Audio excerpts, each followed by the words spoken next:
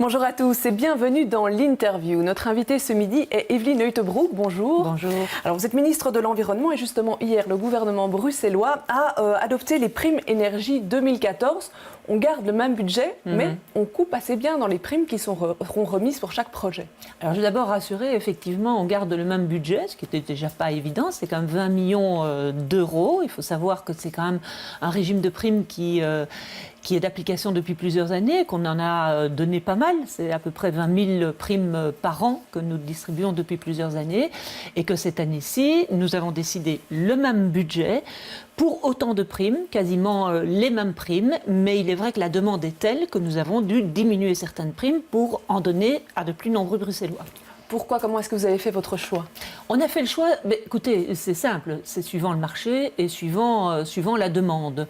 Et donc, certaines primes, principalement pour certains châssis, seront diminuées. Mais donc, je rassure, elles existent toujours, mais nous avons voulu servir, si vous voulez, un plus grand nombre de Bruxellois, parce qu'il faut savoir que l'année passée, en juillet, nous étions trop courts avec le budget, ce qui fait que pour 2014, nous avons dû faire quelques ajustements, ce que nous faisons d'ailleurs tous les ans. Est-ce qu'on a pris cette décision justement parce qu'on a les 6 derniers mois, là, toutes les personnes qui ont fait des travaux, elles vont simplement introduire leur demande sur le budget 2014. Est-ce que 2014 sert à éponger 2013? Non, ça je veux dire directement non. Peut-être qu'une petite partie, mais ça c'est ce qui arrive depuis toutes les années, puisqu'il y a une petite partie des primes qui sont reportées sur l'année suivante. Mais le budget 2014 ne va évidemment pas manger, toutes les primes qui n'auraient pas été données en 2013, ça je veux rassurer. Alors, le député Emmanuel Debock, FDF, dit que vous trichez sur les chiffres 2013. Il dit comment c'est possible que des primes pour des travaux qui ont été effectués fin juin soient reportées sur 2014, alors que début mi-juin, vous disiez qu'il restait encore 30% du budget. Non, nous avons fait quelque chose qui était au plus juste et surtout, nous avons voulu informer à temps les Bruxellois.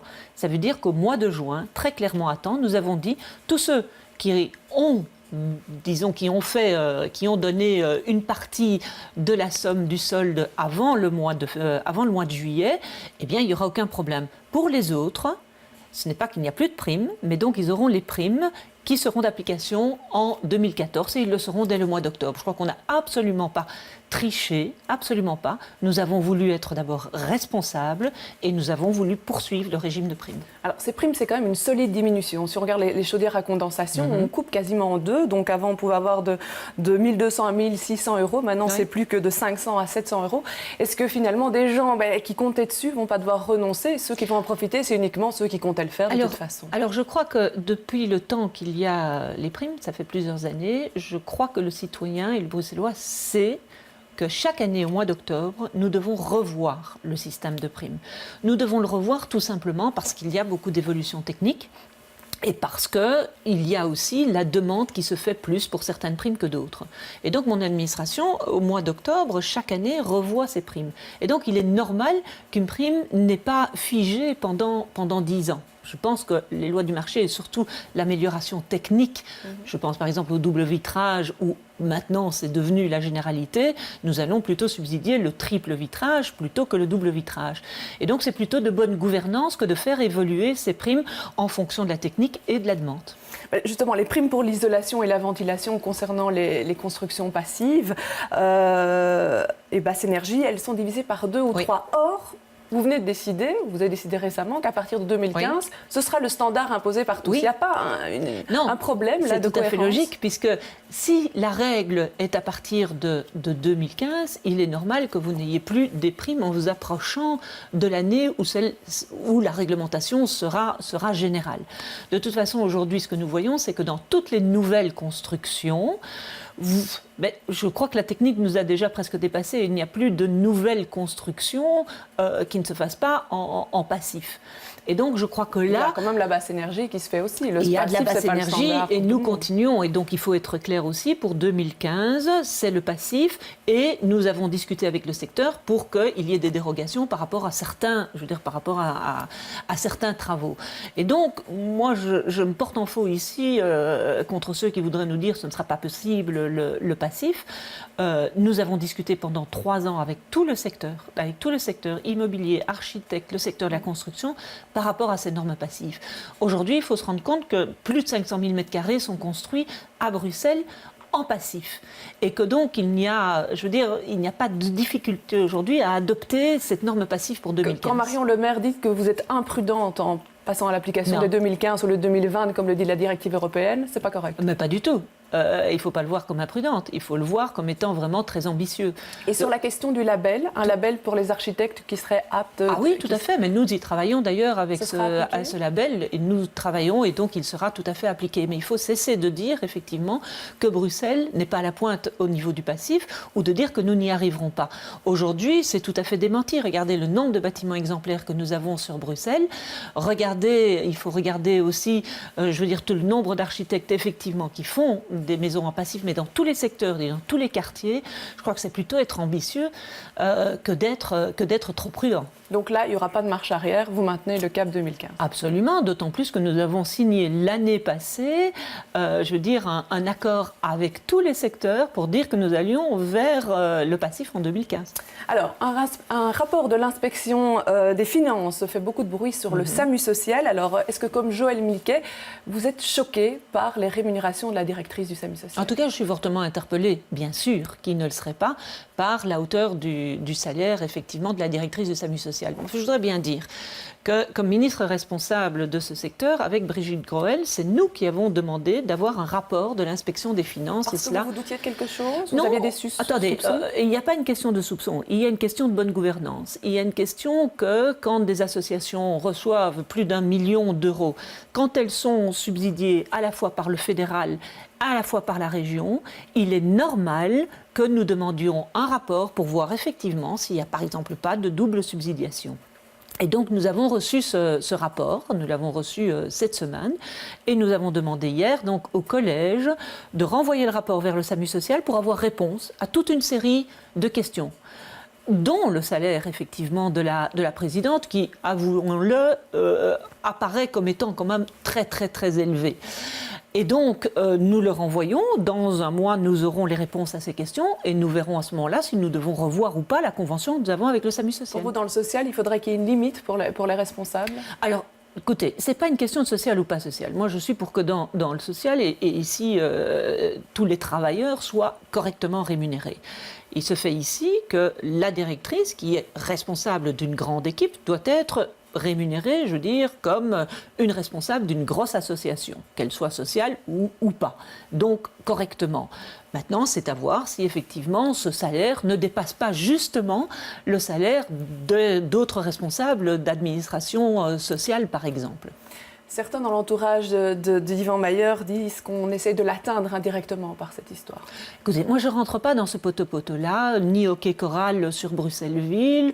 Moi, ma responsabilité comme ministre des Affaires sociales, c'est de voir si les deniers publics sont bien utilisés, sont utilisés pour les postes pour lesquels ils ont été commandés.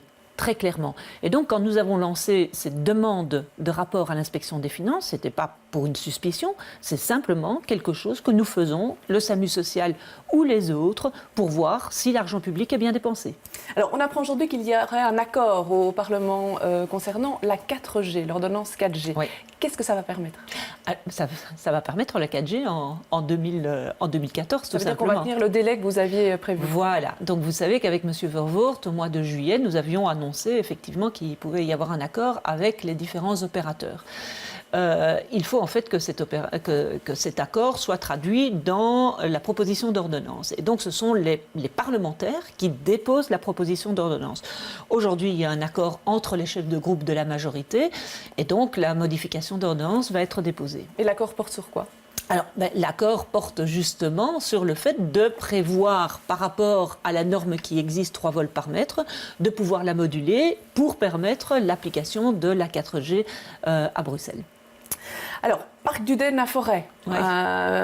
L'interdiction, la possibilité de laisser courir son chien sans laisse a été supprimée.